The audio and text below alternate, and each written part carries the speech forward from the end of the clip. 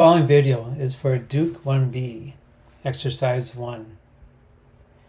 In Task A, they want you to read and then make a prediction. So based on recent discussions, what is a variable? A variable is a storage of information, and there's many different types of variables. The one that we are going to practice with is called a string variable. The name of the string variable is ingredient. And the actual text value, because string variables will display whatever's in the speech marks, is cauliflower. So anytime in the lines of code that the variable is included, cauliflower will replace the variable name. So in this situation, we have ingredients of the day is, and then it will not say ingredient, it will say cauliflower at the end. So your prediction should be somewhere aligned where it will display text and the value of the variables all on the same line. So let's click run to have a quick look.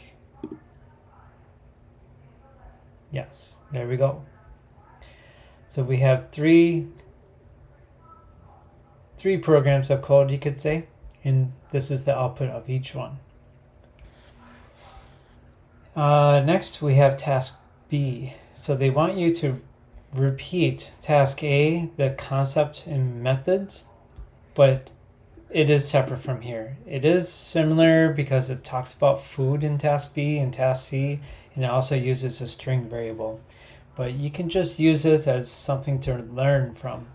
So in task B, when we look at the instructions, I have the instructions tab displayed here on the right side, on the right pane. The instructions file was located underneath lesson right there.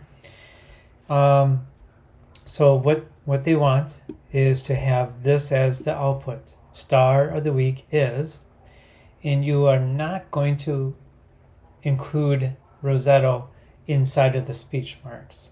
Risotto will be a variable. So you need to create a string variable that will be called dish. So that's the name of the string variable. And then it will equal to risotto. So that way, every time the word dish variable is used, risotto will be displayed. And you also need to pay close attention to when print and print line will be used. And the best way to experiment with that is just to try it. Okay, so you can basically copy the lines of code in task A and replace them with exactly what the instructions are asking for. It wants a string variable called dish, and it's equal to risotto. Don't forget that there's also a task C. Task C is basically, again, the same thing, but just a little more complex with integrating text and variables together. But please do not just include everything into speech marks.